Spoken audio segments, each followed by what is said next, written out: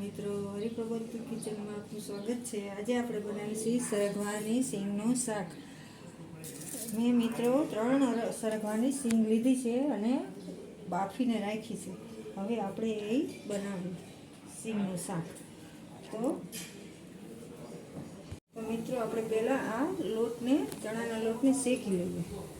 ચણાનો લોટ મતલબ બેસનને શેકી લઈએ। આ 3 ચમચી છે। કેટલી? 3 જ।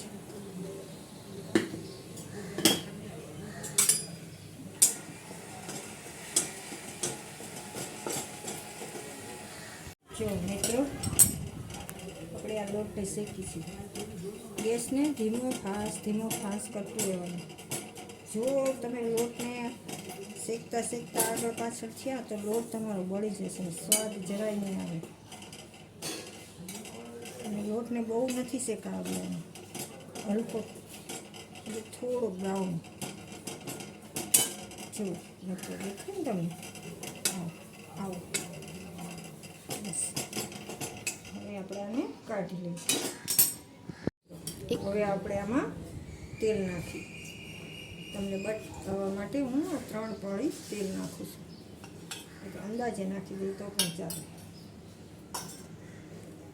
જો તેલ નાખ્યું, હવે થોડું અમથું જીરું નાખવું। તમને જો જીરું ભાવતું હોય તો નાખવાનું વધારે।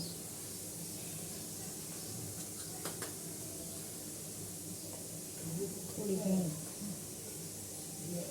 જો જીરું ઉપર આવી ગયું ને, હવે હિંગ નાખવી। હિંગ નાખ, પછી હવે આપણે આ સિંગ નાખી દઈએ। સિંગ બાકી સિંગ છે ને, સરગવાની સિંગ એ નાખી દઈએ। અને આ તાવીથા વડે આમ હલાવવાનું। જો મિત્રો દેખાય છે ને તમને? ધ્યાન આવે ને?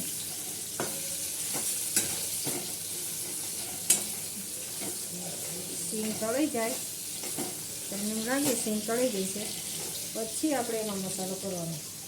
મસાલામાં હળદર અને લાલ મરચું તમારા સ્વાદ પ્રમાણે।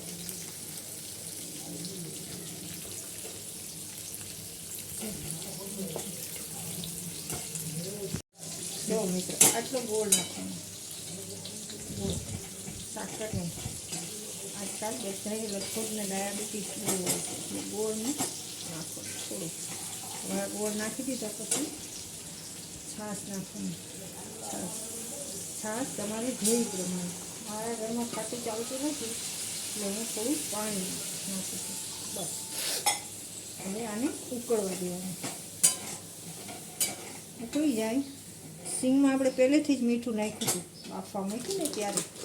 હવે આપણે આ જ્યાં રસો કર્યું ને એના ભાગનું જ મીઠું નાખવાનું, બસ। મીઠું નાખી અને મિક્સ થવા દેવાનું। સિંગ ભલે ભાંગી જાય પણ આમ ટેસ્ટ આવશે। આ ઉકળી જાય મિત્રો, એકદમ ઉકળી ગયું છે ને, શાક મિક્સ થઈ ગયું છે ને। હવે આપણે આને ગેસને બંધ કરી દઈશું। બંધ કર્યા પછી આપણે જે શેકેલો લોટ છે ને બેસન, એને આપણે નાખશું, મિક્સ કરી દઈશું। અત્યારે તમને રસો લાગે છે, હમણાં બધો રસો શોષાઈ જશે।